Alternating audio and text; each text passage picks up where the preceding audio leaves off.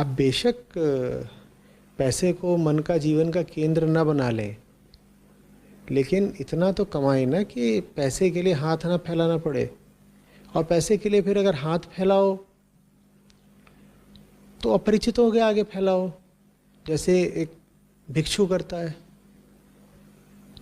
वो जब जा कर के किसी से खाना लेता है तो उसकी कोई शर्त मान कर नहीं लेता है उससे खाना। जब वो भिक्षा लेता है तो आप उसे स्वेच्छा से कुछ दे देते हैं, लेकिन अगर आप उससे ये कहेंगे कि मैं तुम्हें दे रहा हूँ, बदले में तुम मेरी फलाना शर्त मानो, तो वो आपका दिया लेगा ही नहीं। तो आपको अगर मांगना ही है तो अपरिचितों से मांगे। ये नहीं होना चाहिए कि मैं तो कमाता नहीं, क्योंकि साहब पैसा तो हाथ का मैल है, पैसा कमाने में कौन समय लगाए, कौन ऊर्जा लगाए, तो मैं तो कमाता नहीं।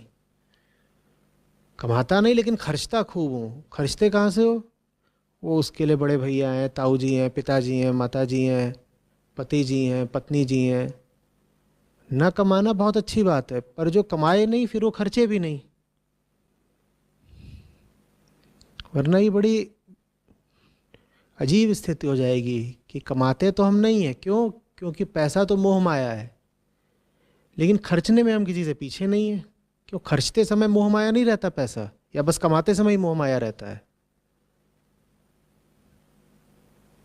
तो जवान लोगों को, विशेषकर हिंदुस्तान में, मैं यही सलाह देता हूँ कि इन दोनों अतियों से बचना। एक अति होती है कि पैसे के लिए ही जी रहा है इंसान।